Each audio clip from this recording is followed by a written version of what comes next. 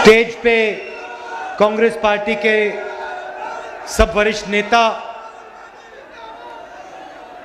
हमारे प्यारे कार्यकर्ता, भाइयों और बहनों, प्रेस के हमारे मित्रों, हरियाणा के युवा, किसान, मजदूर, छोटे व्यापारी, माताएं और बहनों, आप सबका आज यहां मैं बहुत स्वागत करता हूं, दिल से स्वागत करता हूं।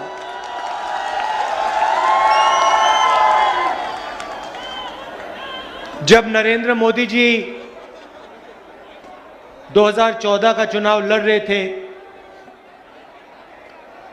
जब वो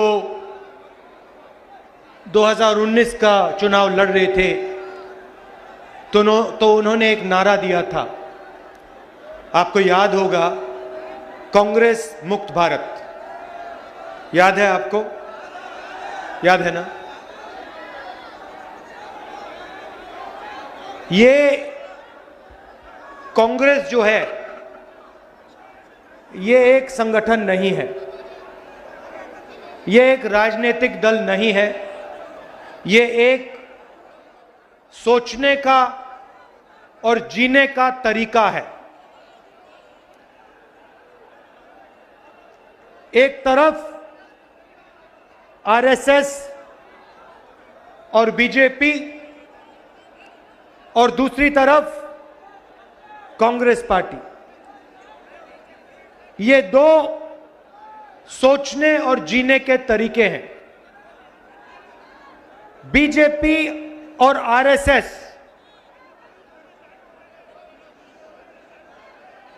नफरत की बाजार, कांग्रेस मोहब्बत की दुकान, उसी नफरत की बाजार में। तो नरेंद्र मोदी जी अपने संगठन को समझ लिए, नफरत, हिंसा और डर जो आरएसएस और बीजेपी के लोग फैलाते हैं, उसको नरेंद्र मोदी जी समझ गए। मगर कांग्रेस पार्टी को, कांग्रेस की सोच को, कांग्रेस की विचारधारा को नरेंद्र मोदी नहीं समझ पाए, क्योंकि इस देश से मोहब्बत को कोई भी नहीं मिटा सकता। ये हजारों साल से कोशिश कर रहे हैं। भाइयों और बहनों, ये लड़ाई नई नहीं है। ये मत सोचिए कि कांग्रेस पार्टी और बीजेपी के बीच में लड़ाई चल रही है ना। ये इस धरती पर हजारों सालों से यही लड़ाई चल रही है। वो नफरत फैलाते हैं, हम मोहब्बत फैलाते हैं। वो हिंसा करते हैं, वो हिंसा फैलाते हैं, हम अहिंसा फैलाते हैं। वो डरते हैं, हम नहीं डरते हैं। ये फर्क है। अब देखिए,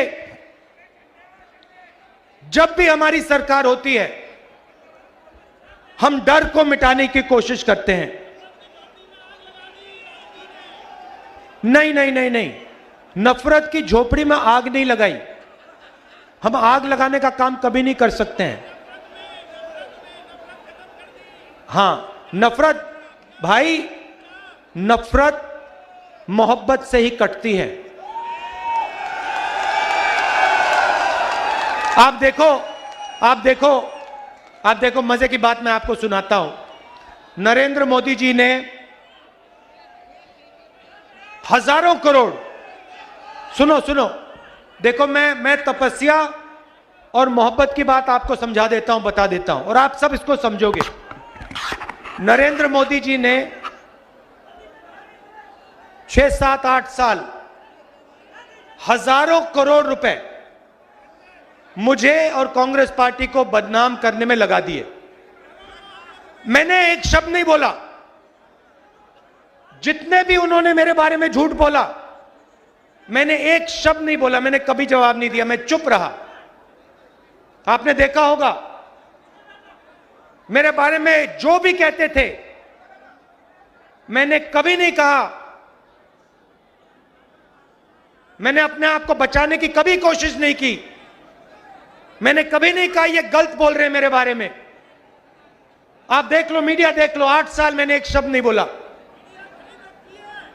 और फिर एक महीने में इनके हजारों करोड़ रुपए को जला दिया मैंने। क्यों? क्योंकि पूरे देश को दिखा कि इस व्यक्ति के दिल में इस देश के लिए, इस तिरंगे के लिए, किसानों के लिए, मजदूरों के लिए सिर्फ मोहब्बत है और कुछ है ही नहीं। उन्होंने पहले कहा कि यह यात्रा 2-3 दिन चलेगी। हम कन्याकुमारी से निकले, मैंने कहा, प्रेस के मित्रों कहा, मगर ये मित्रों का काम नहीं करते हमारे साथ।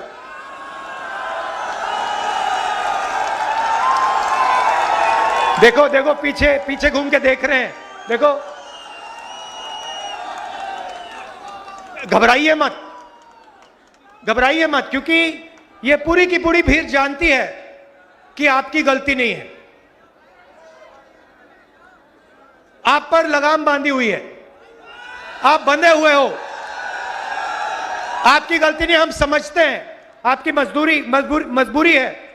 आपको बच्चों को खाना खिलाना है, आपको तनख्वाह लेनी है, आपको भी जीना है, तो हम आपके खिलाफ नहीं हैं। मगर थोड़ा सा टीवी पे यात्रा भी दिखा दिया करो। अच्छा, 24 घंटे नहीं, 24 आवर्स न्यूज नहीं, 2-3 मिनट तो दिखा दिया करो। हिंदुस्तान की जनता क्या कह रही है, थोड़ा दिखा दो। आप 24 घंटा अंबानी जी और अदानी जी की बात रखते हो, जनता की भी रख दो 2 मिनट।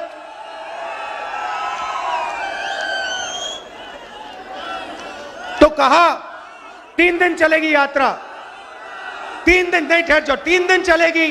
फिर हम केरला आए, सुनो, फिर हम केरला आए। केरला में कहते हैं, केरला में कांग्रेस मजबूत है, कर्नाटक में बीजेपी की सरकार है, वहां पे यात्रा फ्लॉप होगी। ठीक है, हमने कुछ नहीं कहा। कर्नाटक में आए, कर्नाटक में केरला से ज्यादा बड़ा तूफान। फिर कहते हैं नहीं, कर्नाटका में चल गई, तेलंगाना में मुश्किल आएगी, तेलंगाना में फिर से वैसा ही तूफान।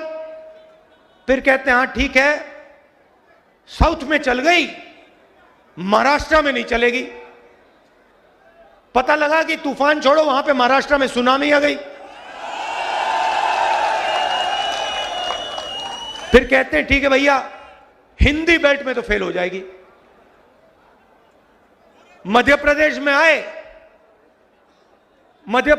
आए, वो महाराष्ट्र से बड़ी सुनामी चल गई। राजस्थान में उससे भी जबरदस्त, और हरियाणा में तो कोई जवाब ही नहीं है। अब देखो क्या कह रहे हैं, अब कह रहे हैं, अब मुझे चिट्ठी लिखी होम हेल्थ मिनिस्टर ने, राहुल जी कोरोना वापस आ गया है, कोविड वापस आ गया है, यात्रा को बंद कीजिए, यात्रा को बंद कीजिए। अच्छा, बाकी हिंदुस्तान में पब्लिक मीटिंग जितनी करानी करा लो, बीजेपी करा सकती है, मगर जहां भारत जोड़ो यात्रा चल रही है, वहां पे कोरोना और कोविड है।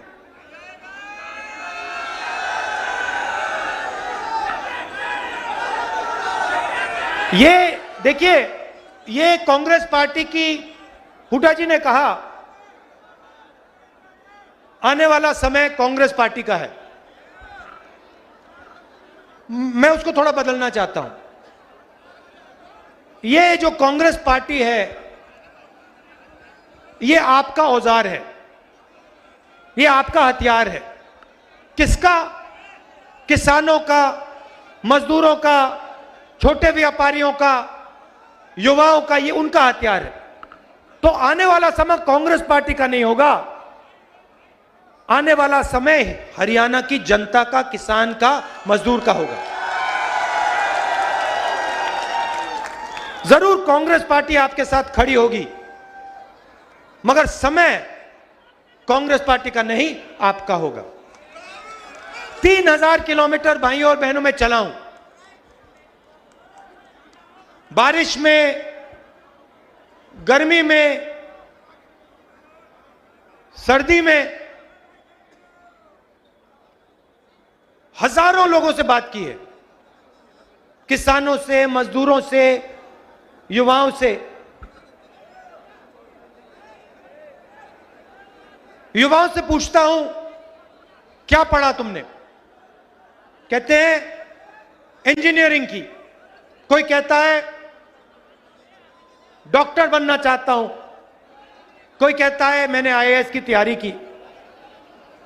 फिर मैं पूछता हूं इंजीनियर बनना था, अब क्या कर रहे हो?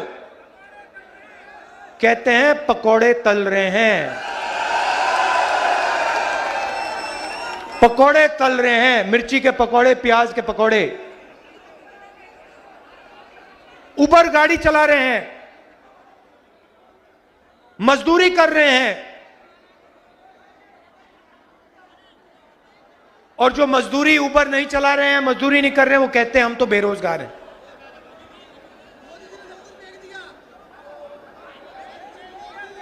गलतफहमी में हो, मोदी जी ने नहीं किया।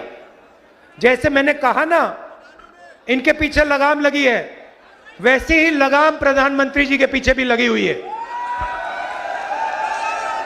सरकार नरेंद्र मोदी की नहीं है, गलतफहमी में मत रहिए। नरेंद्र मोदी जी की सरकार नहीं है, अदानी और अंबानी की सरकार है। आप किसी भी छोटे व्यापारी से पूछ लो, वो आपको बता देगा नोटबंदी क्यों की गई, गलत जीएसटी क्यों लागू की गई। छोटे व्यापारियों को, स्मॉल और मीडियम बिजनेस चलाने वालों को खत्म करने के लिए नोटबंदी और जीएसटी लागू की गई। और यहां पे आपको फरीदाबाद में सबसे बेहतर मालूम है, क्या सपना देखा था आपने, क्या सपना देखा था मैन्युफैक्चरिंग सेंटर का, चाइना के साथ कंपटीशन का सपना आपने देखा, सारा का सारा बर्बाद हो गया, खत्म हो गया। यह आपकी सच्चाई है। सपना क्या था? आज आप अपने जूते के नीचे देखो, मेड इन चाइना, शर्ट के पीछे देखो, मेड इन चाइना। सपना यह था जब चाइना का कोई युवा बेजिंग की दुकान में जाके शर्ट खरीदे, उसके पीछे लिखा हो मेड इन फरीदाबाद। वो पूछे भैया ये फरीदाबाद क्या है, ये कौन सी जगह है? ये था सपना आपका। और यही सपना हमें पूरा करना है, क्योंकि अंत में भाइयों और बहनों, अंत में 21वीं सदी के दुनिया में हिंदुस्तान को चाइना के साथ कंपटीशन करना ही होगा और चाइना को कंपटीशन में हराना होगा। और उनको कौन हरा सकता है? उनको हिंदुस्तान के 2-3 अरबपति नहीं हरा सकते हैं। उनको हिंदुस्तान का किसान, हिंदुस्तान का छोटा व्यापारी, हिंदुस्तान का युवा, हिंदुस्तान के स्मॉल और मीडियम बिजनेस चलाने वाले लोग कंपटीशन में हरा सकते हैं, पटक सकते हैं। आजकल बीजेपी आरएसएस ने क्या किया? हिंदुस्तान को बांटने का काम किया, पूरे हिंदुस्तान में नफरत फैला दी।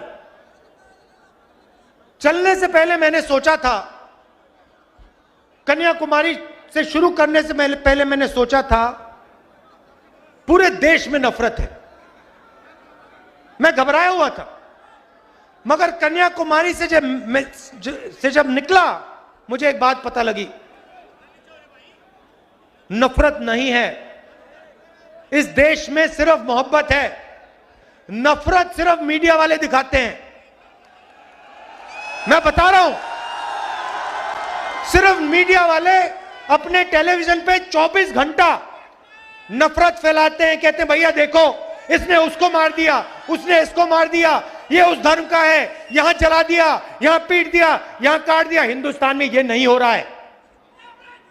चुने हुए लोग नफरत फैला रहे हैं, मगर हिंदुस्तान का आम नागरिक, हिंदुस्तान का आम किसान, हिंदुस्तान का युवा मोहब्बत की बात कर रहा है, एक साथ चलने की बात कर रहा है, हाथ मिलाकर आगे बढ़ने की बात कर रहा है।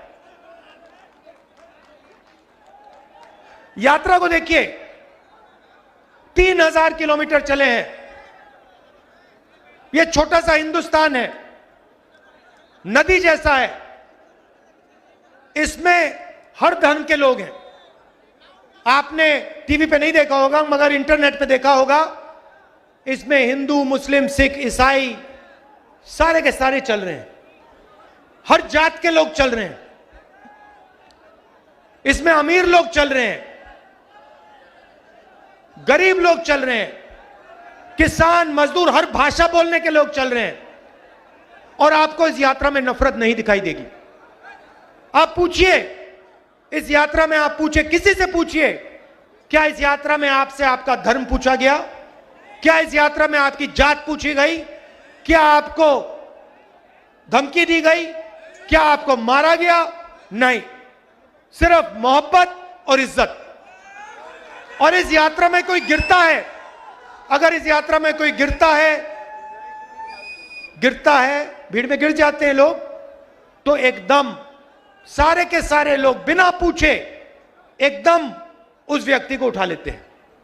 हमारे पीसीसी प्रेसिडेंट से आप पूछ लीजिए, कल ये गिरे, मैंने देखा जैसे ही ये गिरे 5 लोगों ने इनको उठा दिया। किसी ने ये नहीं पूछा भैया तुम्हारा धर्म क्या है, तुम्हारी जात क्या है, तुम अमीर हो या गरीब हो, स्त्री हो या पुरुष, नहीं, एकदम उठा लिया। तो यही है हिंदुस्तान, ये यात्रा के अंदर हिंदुस्तान है, मोहब्बत है। और ये यात्रा कन्याकुमारी से श्रीनगर तक, ये तिरंगा दिखाओ, इसको जरा घुमाओ, थोड़ा फहराओ इसको, ये इसको हम जाके श्रीनगर में लहराएंगे।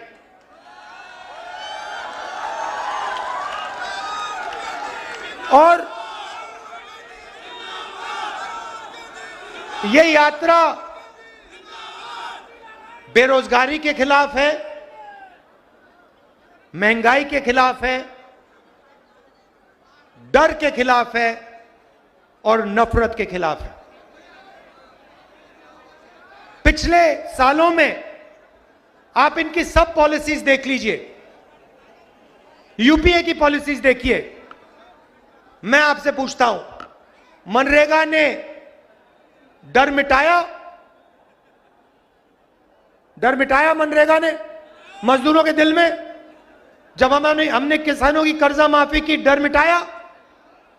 जब जमीन अधिग्रहण बिल लाए, डर मिटाया? मिटाया? नोटबंदी ने डर मिटाया? गलत जीएसटी ने डर मिटाया? कोविड के समय इन्होंने जो किया उससे डर मिटा? जब किसान को बीमा नहीं मिलता डर मिटता है? ये तो इनकी सारी की सारी पॉलिसीज, बेरोजगारी से डर मिटा, इनकी सारी की सारी पॉलिसीज डर फैलाने की पॉलिसीज है। ये चाहते हैं कि किसान, मजदूर, युवा सबके दिल में डर हो, क्योंकि वो उस डर को नफरत में बदलते हैं। अगर इस देश में डर नहीं है तो इस देश में नफरत नहीं हो सकती। आप सोचो, आपके दिल में नफरत कब पैदा होती है? जब आपको डर लगता है। जब आपको डर नहीं लगता तो नफरत नहीं पैदा हो सकती है, और यही आरएसएस के लोग करते हैं। ये डर फैलाते हैं और फिर उस डर को नफरत में बदलते हैं। हम कहते हैं डरो मत, और हम मोहब्बत फैलाते हैं। हम एक हिंदुस्तानी को दूसरे हिंदुस्तानी से गले लगाते हैं। ये हमारा काम है।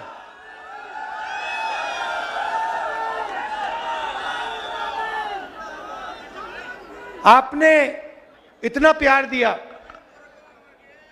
देखिए, आसान काम नहीं है। मैंने सोचा था जब कन्याकुमारी से निकले, सब यात्रियों ने सोचा भाई 3600-700 किलोमीटर आसान काम नहीं है। हिंदुस्तान के लिए हमने ये काम शुरू किया, मगर हमने सबने सोचा था कि आसान काम नहीं है। मगर 10 दिन में अजीब सी बात होनी शुरू हो गई। हम सुबह उठते, आमतौर से आदमी सुबह उठता है, फ्रेश होता है ना, जगने के बाद फ्रेश होता है, और शाम को थोड़ी थकान आ जाती है। सही बात। अजीब सी बात यह थी कि हम 5 बजे उठे, 7-8 घंटे चले और शाम को कोई थकान नहीं। आप किसी भी यात्री से पूछ लो, किसी को थकान नहीं हो रही। आप मेरा चेहरा देखो, क्या आपको लग रहा है, मेरे चेहरे पे लग रहा है कि मैं 3000 किलोमीटर चला हूं? ना। क्यों? क्योंकि आपने अपनी शक्ति हमें दी। हम अपनी शक्ति से नहीं चले हैं। हम अपनी शक्ति से नहीं चले हैं। हम आपके प्यार और आपकी शक्ति प्रयोग करके चले हैं। आपने हमें चलाया है, तो इसके लिए मैं आपको दिल से धन्यवाद करना चाहता हूं। लाखों करोड़ों लोग आए, हर स्टेट में आए, हर जात के लोग, हर धर्म के लोग, गरीब लोग, अमीर लोग, माताएं बहनें, सब आए। सब ने अपना प्यार दिया, मदद की। किसी को चोट लगी, पट्टी की, चाय पिलाई, खाना दिया। हिंदुस्तान ने हमारी मदद की है और हम इसको कभी नहीं भूलेंगे, पूरी जिंदगी भर नहीं भूलेंगे। और जो आपने हरियाणा में हमारा स्वागत किया, जबरदस्त स्वागत आपने हमारा किया, इसको हम कभी नहीं भूलने वाले हैं।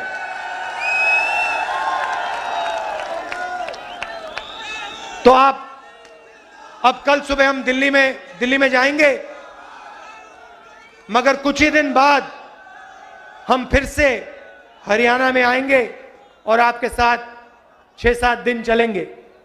आप सबका फिर से बहुत बहुत धन्यवाद। आप रात के समय यहां आए, इसके लिए मैं बहुत आभारी हूं। नमस्कार, जय हिंद।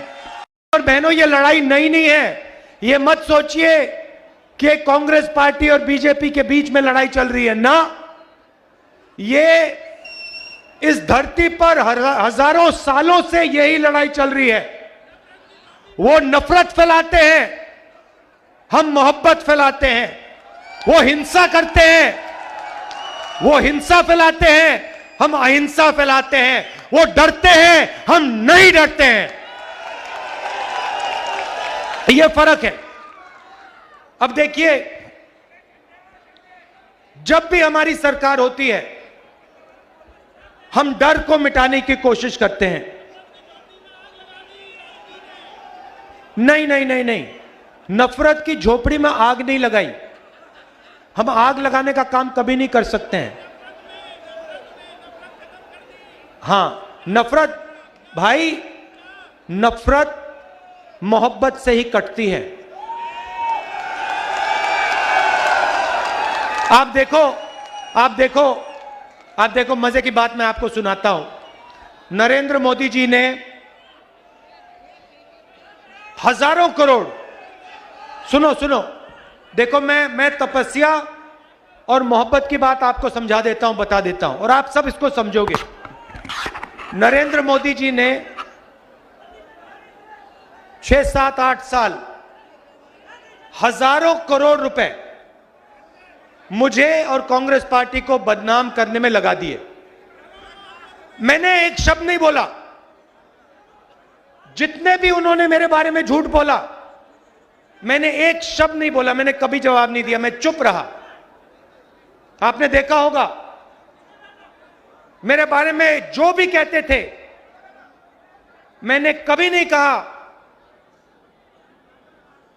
मैंने अपने आप को बचाने की कभी कोशिश नहीं की, मैंने कभी नहीं कहा ये गलत बोल रहे हैं मेरे बारे में।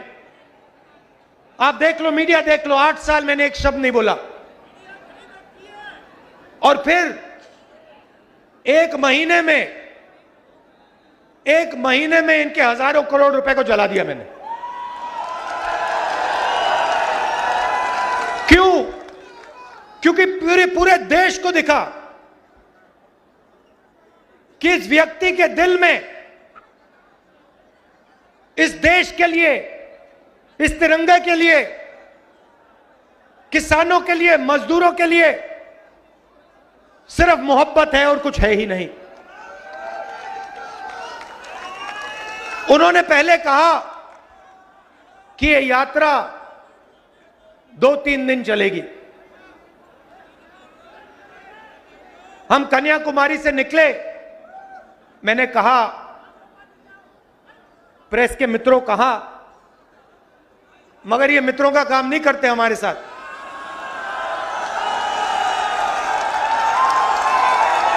देखो देखो, पीछे घूम के देख रहे हैं, देखो। घबराइए मत, क्योंकि ये पूरी की पूरी भीड़ जानती है कि आपकी गलती नहीं है। आप पर लगाम बांधी हुई है, आप बंधे हुए हो। आपकी गलती नहीं, हम समझते हैं, आपकी मजबूरी है। आपको बच्चों को खाना खिलाना है, आपको तनख्वाह लेनी है, आपको भी जीना है, तो हम आपके खिलाफ नहीं हैं।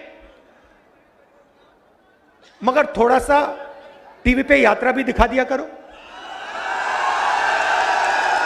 अच्छा, 24 घंटे नहीं, 24 आवर्स न्यूज नहीं, 2-3 मिनट तो दिखा दिया करो।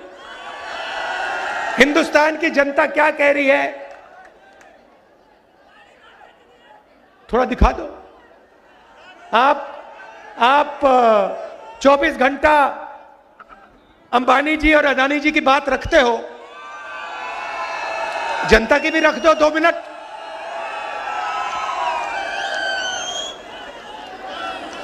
तो कहा 3 दिन चलेगी यात्रा, 3 दिन नहीं, ठहर जाओ, 3 दिन चलेगी।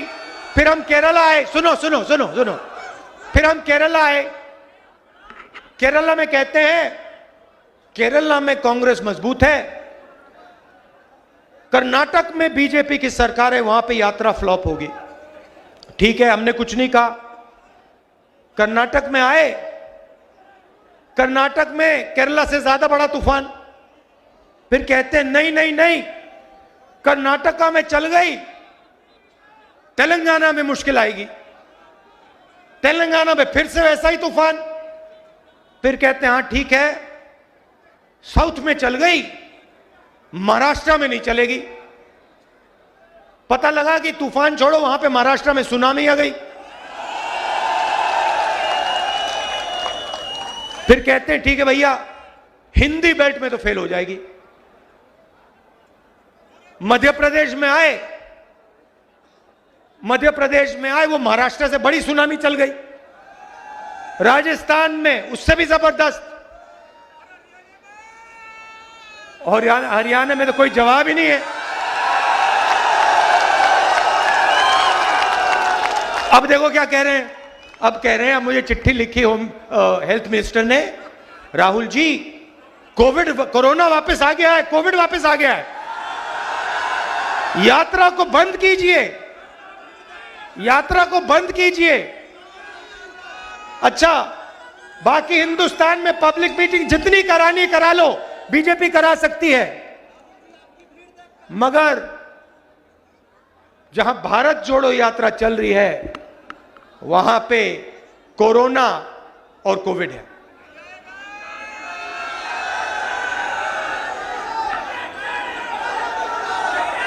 ये देखिए, ये कांग्रेस पार्टी की, हुड्डा जी ने कहा आने वाला समय कांग्रेस पार्टी का है। मैं उसको थोड़ा बदलना चाहता हूं। ये जो कांग्रेस पार्टी है,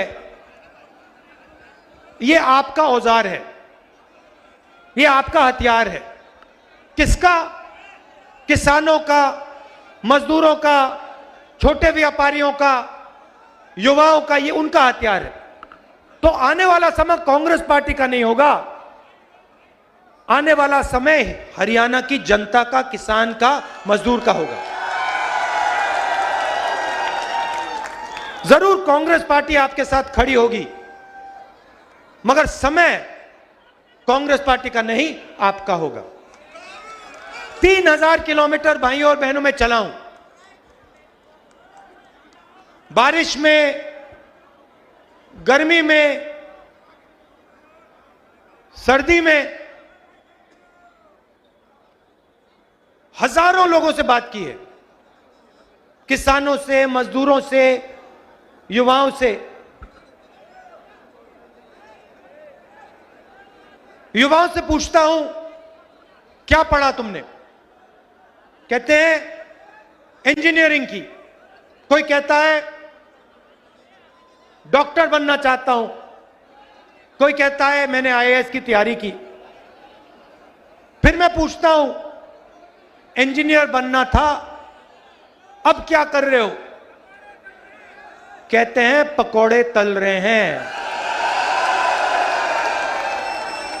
पकोड़े तल रहे हैं, मिर्ची के पकोड़े, प्याज के पकोड़े। उबर गाड़ी चला रहे हैं, मजदूरी कर रहे हैं, और जो मजदूरी उबर नहीं चला रहे हैं, मजदूरी नहीं कर रहे हैं, वो कहते हैं हम तो बेरोजगार हैं।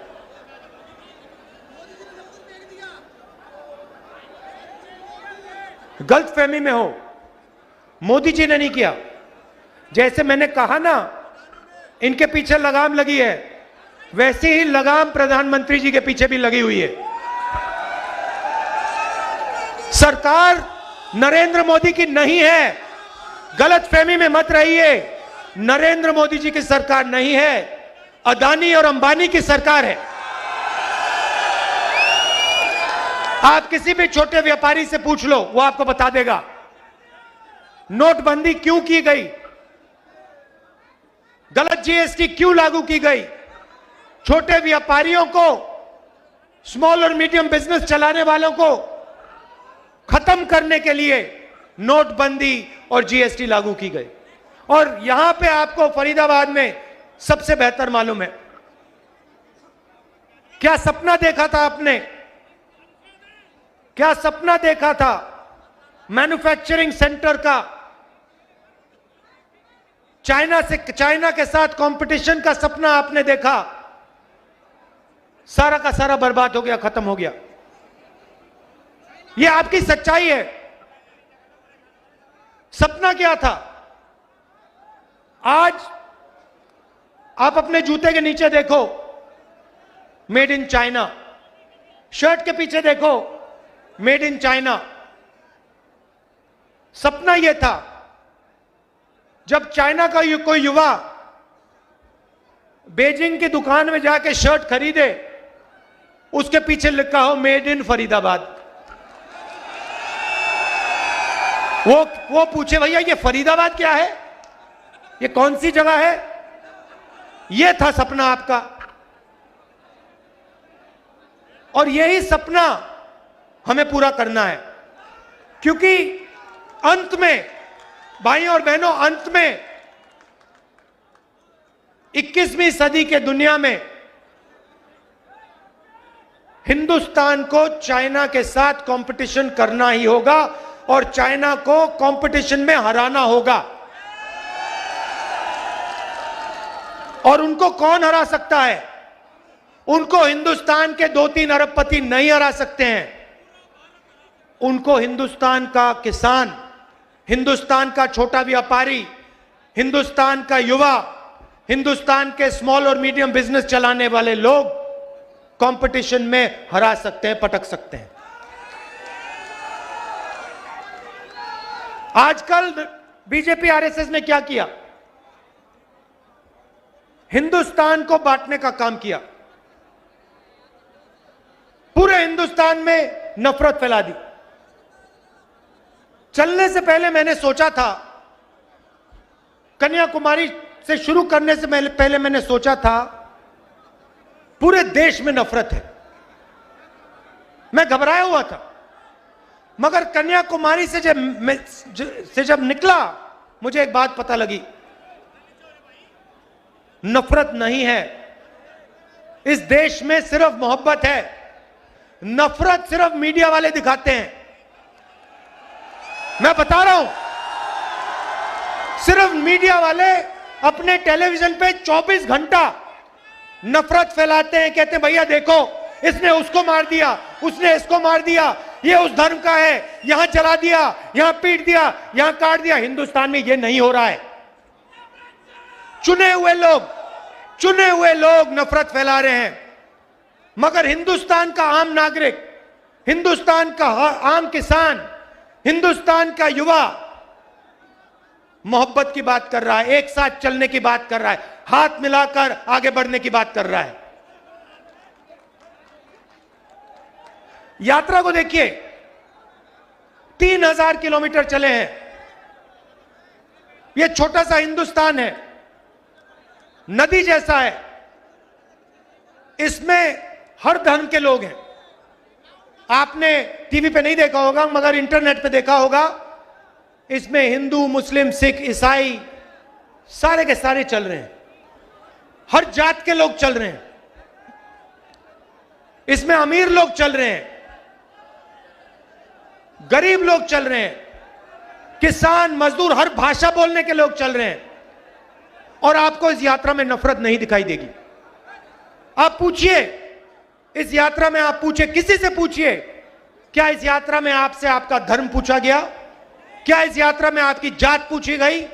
क्या आपको धमकी दी गई? क्या आपको मारा गया? नहीं, सिर्फ मोहब्बत और इज्जत। और इस यात्रा में कोई गिरता है, अगर इस यात्रा में कोई गिरता है, भीड़ में गिर जाते हैं लोग, तो एकदम सारे के सारे लोग बिना पूछे एकदम उस व्यक्ति को उठा लेते हैं। हमारे पीसीसी प्रेसिडेंट से आप पूछ लीजिए, कल ये गिरे, मैंने देखा जैसे ही ये गिरे 5 लोगों ने इनको उठा दिया।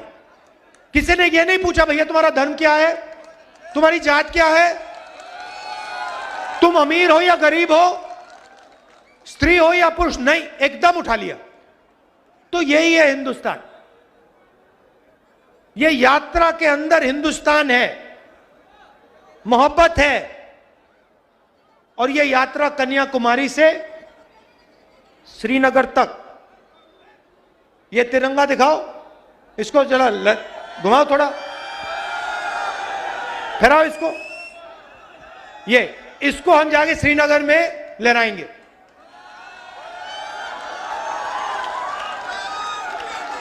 और ये यात्रा बेरोजगारी के खिलाफ है, महंगाई के खिलाफ है, डर के खिलाफ है और नफरत के खिलाफ है। पिछले सालों में आप इनकी सब पॉलिसीज देख लीजिए, यूपीए की पॉलिसीज देखिए। मैं आपसे पूछता हूं, मनरेगा ने डर मिटाया? डर मिटाया मनरेगा ने मजदूरों के दिल में? जब हमने किसानों की कर्जा माफी की, डर मिटाया? जब जमीन अधिग्रहण बिल लाए, डर मिटाया? नोटबंदी ने डर मिटाया? गलत जीएसटी ने डर मिटाया? कोविड के समय इन्होंने जो किया उससे डर मिटा? जब किसान को बीमा नहीं मिलता डर मिटता है? ये तो इनकी सारी की सारी पॉलिसीज, बेरोजगारी से डर मिटा? इनकी सारी की सारी पॉलिसीज डर फैलाने की पॉलिसीज है। ये चाहते हैं कि किसान, मजदूर, युवा, सबके दिल में डर हो। क्योंकि वो उस डर को नफरत में बदलते हैं। अगर इस देश में डर नहीं है तो इस देश में नफरत नहीं हो सकती। आप सोचो,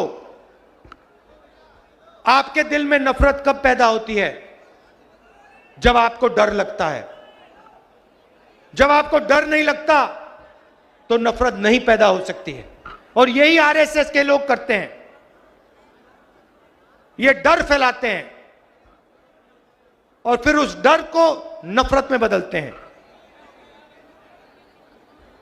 हम कहते हैं डरो मत और हम मोहब्बत फैलाते हैं। हम एक हिंदुस्तानी को दूसरे हिंदुस्तानी से गले लगाते हैं। ये हमारा काम है।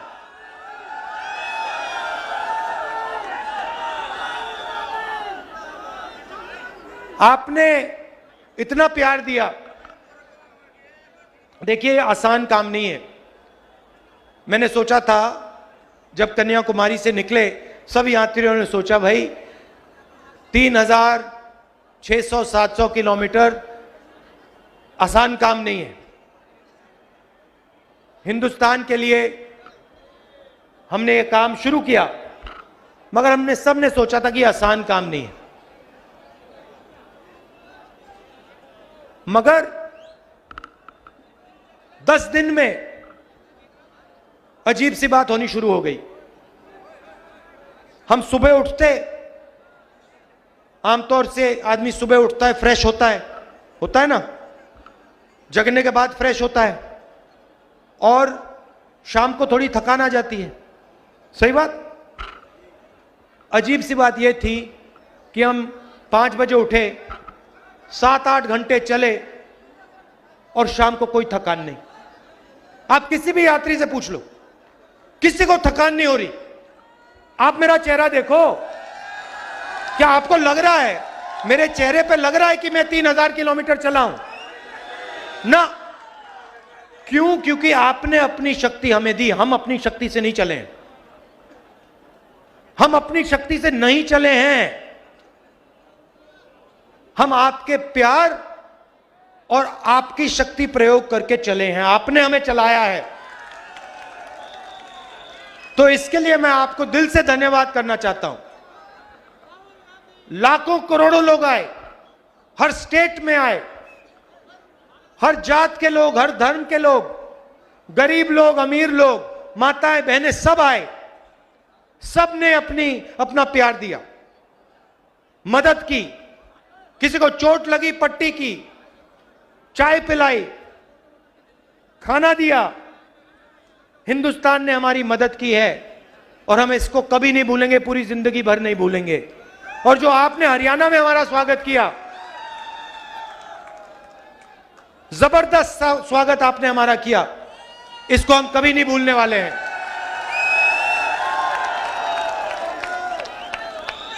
तो आप अब कल सुबह हम दिल्ली में जाएंगे, मगर कुछ ही दिन बाद हम फिर से हरियाणा में आएंगे और आपके साथ 6-7 दिन चलेंगे।